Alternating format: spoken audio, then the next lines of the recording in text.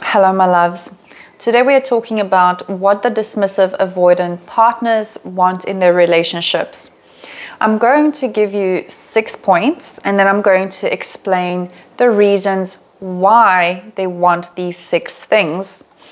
I'm also going to talk about the dismissive avoidant fears and core wounds as it relates to these wants. Therefore, you can get an understanding not only what they want, but also why they want these certain things. Number 1 is no conflict, peace and harmony in a relationship. Number 2 is acceptance. Number 3 is autonomy. Number 4 is freedom. Number 5 is space. And number 6, it's to feel competent in a relationship. Now, number 1, the reason why they want no conflict is for various reasons. They most probably have not seen conflict that has been resolved properly when they were growing up. Conflict was either swept under the rug and both partners, both parents or caregivers just avoided conflict, or there was explosive conflict and therefore they see conflict as something negative. They see that if there is conflict in a relationship, the relationship is not suitable for them, that they are incompatible. And that makes them pull away from the relationship, especially if there is volatility, shouting, name calling, and those type of toxic behaviors. So what do we do in these spaces? We learn how to resolve conflict. We need to have good communication skills with our partner. And you might say that, yes, I have very good communication skills. I try to explain to my partner, but they're extremely sensitive and they see everything as conflict. And this might be true as well. So there might be work that both partners have to do in order to resolve conflict. This is generally the case. Another reason why the dismissive avoidants struggle with conflict is because they have 2 core wounds which are being triggered. The one is a core wound of inadequacy, and the other is a core wound that's called there is something wrong with me. So when there is conflict, both of those core wounds are triggered and they might believe that, you see, I am not good in relationships. I have to be by myself. I have to withdraw from the relationship because there is something intrinsically wrong with me and I don't know how to connect with people. There's another reason why they might be afraid of conflict and not want it in a relationship. And that is because, unbeknownst to most people, the dismissive avoidants are people pleasers. They really struggle to speak about their emotions, needs, and boundaries. Therefore, they will put these huge boundaries between themselves and the other people. And this is why everybody thinks that they are good at boundaries, because they take the space. However, that is not a healthy space that they're taking. They are isolating because they do not know how to resolve and talk through some of the softer and more vulnerable aspects that are coming up in the relationship. Another reason why they don't like conflict is because somewhere in their life they might have experienced conflict and relationships to be a power play, where one person has the power in the relationship and the other person doesn't. Even though on the outside the dismissive avoidance seems like they are in control and they're very powerful and in control of themselves, underneath the surface they have a lot of self-judgment and self-criticism, self-negating thoughts and doubts. And this is what also stops them from engaging in more vulnerable ways and opening up to people, because they feel like if I do that, I am going to let go of my power. Somebody else is going to have power over me when I do that. So what this looks like basically is that when I open up and I tell somebody that I'm hurt, or open up about my past, something vulnerable, that this is going to come back and bite me in the butt. And it most probably has done that in the past, where their vulnerability was weaponized against them. So they are really scared of conflict. It is a very uncomfortable place to be, but it is something that can be learned. It is a skill that everybody can learn, and as human beings, it is really good to learn because we have to navigate it all day long, internally within ourselves as well as externally as we meet people in romantic relationships as well as work relationships. All right, so number 2, they want acceptance. And why do they want so much acceptance? Like I've mentioned, they are highly critical of themselves and they feel like there is something wrong with them. So in a partner, they want a partner that is just accepting of their feelings, like how they are. They don't want the partner to question them too much about, digging, like, why are you the way you are? Why are you feeling the way you're feeling? A lot of the time, they don't know those answers. And also they feel shame because in the past, their vulnerability was somehow shamed. Like I had a client yesterday who told me that her father used to say that, if you're going to cry, I'm going to give you something to cry about. Okay, and this is what causes emotional neglect and that hostility towards our own vulnerability. And we might think like, oh yeah, my father used to say that and it's just the way he was. But what it does to a vulnerable child, it makes them feel like their vulnerability is defective. Okay, so I'm defective. That's the actual name of the core wound. It's not something wrong with me. That's the explanation. So I'm somehow defective. There is something wrong with me intrinsically for having these feelings. And therefore, I have to not feel and I have to separate myself from society because I'm somehow defective and I need to hide that. So there is a lot of shame around how they are in relationships especially. So they might be very confident at work. However, when it comes to vulnerability, they might feel, again, defective and therefore they want their partner to just accept them. They really struggle with criticism or perceived criticism. And you might say, yes, but I don't criticize my partner. I'm just talking about my needs and they take everything as criticism. This does happen, unfortunately.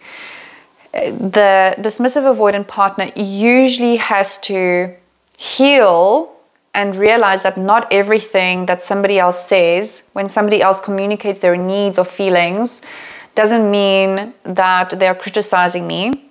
And on the other hand, the partner of the dismissive avoidance also needs to just check how they're using language and see that they're not saying things perhaps with an energy or shouting or criticizing manner that is actually pushing their partner away. And both partners can deepen into their skills of vulnerability. This is one of the biggest things that I see in my coaching practice, is that a lot of us would rather go to war or do something extremely hard physically or mentally, but when it comes to vulnerability, we really struggle. This is a big fear for most humans, and especially people with insecure attachment styles. Securely attached people generally are comfortable with vulnerability because they've learned that vulnerability feels safe, that other people can be trusted, and they also have learned how to handle themselves and handle their own vulnerability and emotions in case other people are not nice to them or don't give them what they want. However, the insecure attached individuals haven't got these skills, and therefore vulnerability feels so tricky because it feels like this very dark, unexplored area, and you're going into this basement without the torch and you don't know what's in there and how to navigate through it.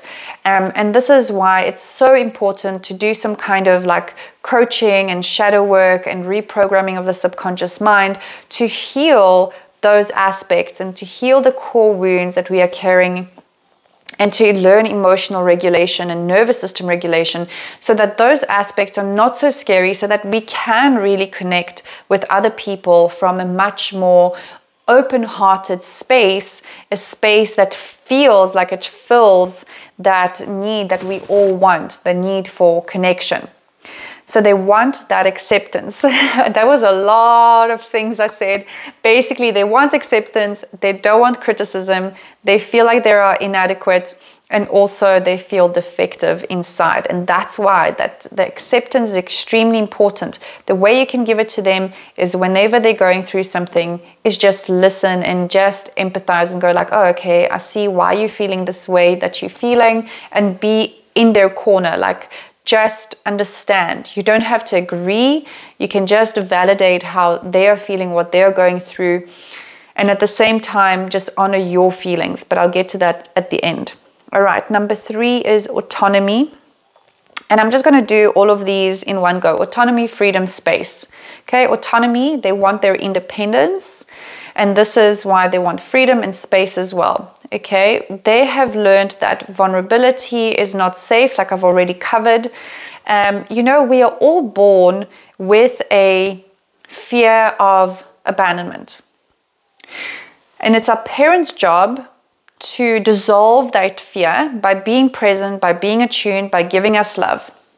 Securely attached individuals got that. So they are cool. They can go through life and they don't really experience that fear of abandonment and separation.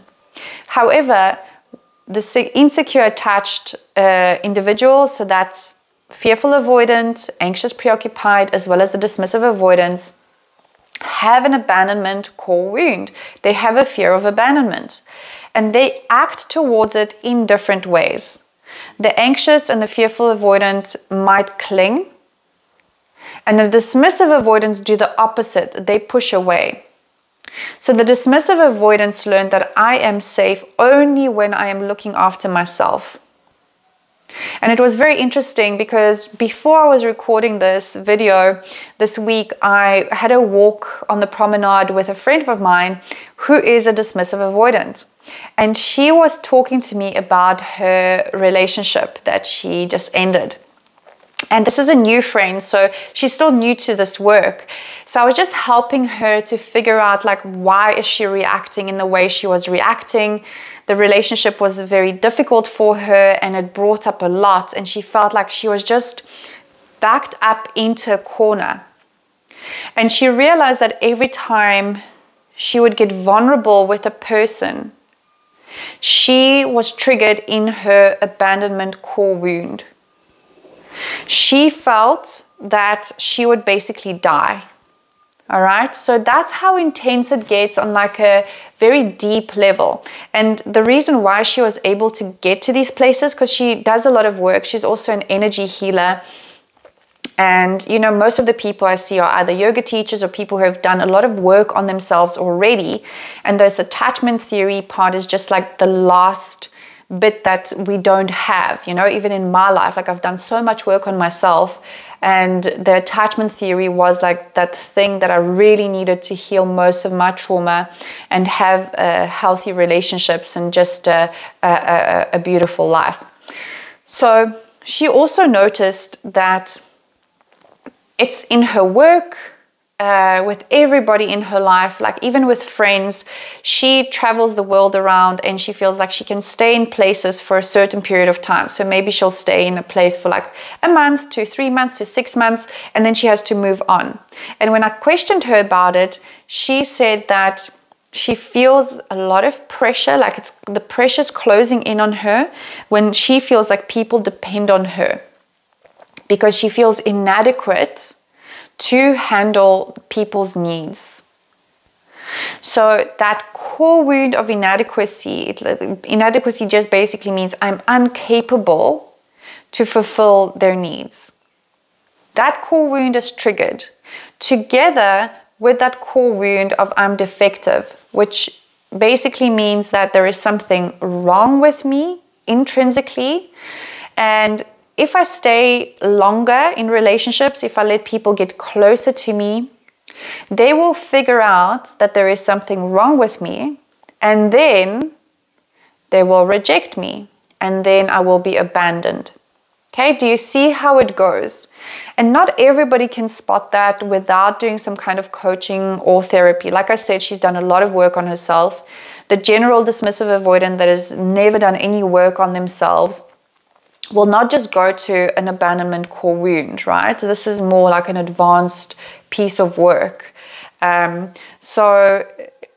But that's what's going on in their subconscious mind. So don't go to your dismissive avoidant and say, oh, you just want space because your abandonment core wound is triggered, because they will think you're absolutely crazy. They are not in touch with that, right? That was like after processing, like we have to go through coaching processes and really sit with ourselves and our emotions, and sometimes have somebody help us to get deeper into that subconscious part. Right? And this is why some of these people that that I see, they have been working on themselves for so long, but they're not able to access these parts because we have our own blind spots. We can't always pull out what we need to from the subconscious mind. Right? So this is why coaching is so profound and working with somebody else is so profound, because the other person, it's a lot easier to spot something in another person than it is in ourselves, that is so deeply hidden. And it is hidden because we want to protect those parts, and it's our survival depended on it, that we protect that. It's kind of like this deep program that's running there in the background, and it's there kind of for our survival. That's how subconscious mind thinks, right? So that's what happened for her, and I thought it would be so interesting for you to understand how it works, right? It's like the dismissive avoidant feels the pressure, and usually they would have some kind of tactic. They would deactivate from relationships. That means they would see that there is some fault in the relationship, or they would think, you know what, when I was independent, or when I was in this other country, when I was by myself over here, when I was traveling, I was happy. Here there is something wrong. I feel like there's a lot of pressure and people want a lot of things from me. It doesn't feel good. It feels volatile. So I'm going to have to move, and I'm going to have to kind of chase my happiness. So what they are really trying to escape is their own feeling of how they are feeling inside, not really the person or the relationship. And this is why I wanted to explain to you the reasons why, is so that you don't take it personally. Because a lot of the time the anxious, preoccupied, and the fearful avoidant will take that distance as the dismissive avoidant not wanting them. And even when I was speaking to this friend of mine, and she was saying, because I asked her, I'm like, so what is the tactic that you used? Okay, but this was subconscious, so this is not conscious, subconscious. What do you, now if you look back, what is the subconscious tactic you used in this relationship to create that space and autonomy and freedom? And then she thought about it, and she said, you know what, I did notice that I started to see fault. In order to set myself free and to survive, I needed to spot faults in this person, in the relationship, and then I could move away. So that's a deactivating strategy. Deactivating means like switching off the light switch. Like I don't want connection. Okay, so anxious, preoccupied, and fearful avoidance usually are on. Like I want to activate, and we activate, that means we want to move towards connection. We want to phone up a friend, a partner, a family member. We are on for connection. We are activated for it. But dismissive avoidants have this tendency to switch the light switch off and just be deactivated by finding fault with the situation, the partner, whatever it is. Sometimes they even do this with work. And that this is why it's so important to heal our attachment style, because it doesn't only relate to people. My friend was also telling me how she's like, oh, now I can spot this pattern, how I do this with work. I only have clients for short term. I don't want clients for long term, because I see that I feel defective and I feel inadequate, and I feel like in a longer client situation that is going to show up, and that makes me scared. And that is influencing her income, right? It's like, how wild is this? This is why I love attachment theory. It's like it influences every single area of our lives, whether we like it, whether we know about it or not. All right, so I've touched on that, and now 6 is competence. So because the dismissive avoidants have this wound of inadequacy, they have a wound of being defective, they want to feel competent in a relationship. So they want to feel like, I can actually do this relationship. Okay, if already being in a relationship, being in a romantic relationship is like a big push for them, right? Because they have all of these beliefs that I'm not good in relationships, that I'm going to hurt the person that I'm in a relationship with, that you know, I get depressed in relationship, whatever it is. They have all of these ideas and negative beliefs about themselves, or like negative beliefs about relationships, that like relationships are hard, or women take men for a ride, or vice versa, that men are not good for women and they treat them badly, and you know, I've never seen a good relationship and all relationships end. So they have these negative connotations with relationships. So they want to feel like, okay, they're taking this chance in relationship. They're putting themselves out there, even if it doesn't seem like it to you. They're putting themselves out there, and they want to feel like they are competent, like I can do this. So instead of criticism, when they are not showing up the way that you want them to show up, you can give them praise for how they are showing up, build them up, encourage them. They really need that encouragement, right? That's how they will feel competent.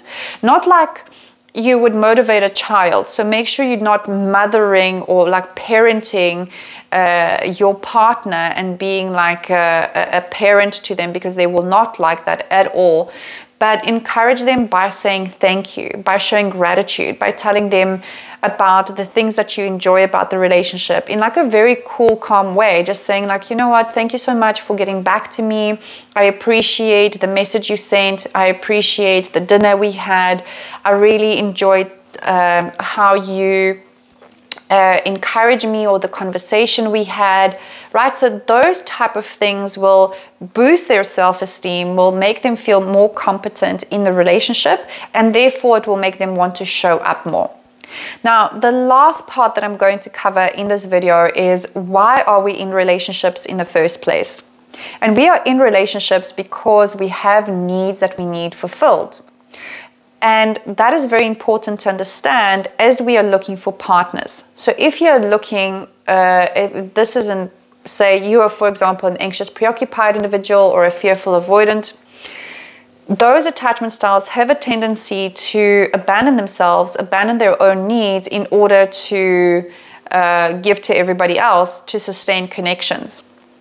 So just be mindful that as you are watching these videos and you are paying attention, so much attention to your partner and your partner's needs, that you are not in fact abandoning yourself.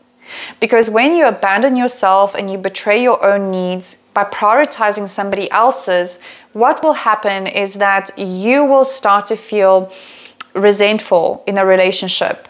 You might then test your partner or become volatile, be angry in a relationship, or also play games and want to play the dismissive avoidant at their own game kind of a thing by pulling away. You know, fearful avoidants tend to do that sometimes, like kind of be spiteful. And that just creates this very uncomfortable power struggle and toxicity in relationships where both parties are not really seeing each other and they are not getting what they want. So always just see, can I fulfill my needs while I am helping somebody else fulfill their needs, right? Can we meet in the middle? A relationship has to be give. It's a give and take, you know, it's a compromise. To have secure functioning, we need compromise and we need collaboration, and we need to work together on building a relationship. It's like a house that you have to build together. One person cannot do it by themselves. So always take care of yourself. Make sure that you're not self-sacrificing to the point where you are depleted and your mental health is suffering. All right, take care of yourself until I see you in the next one. Big love.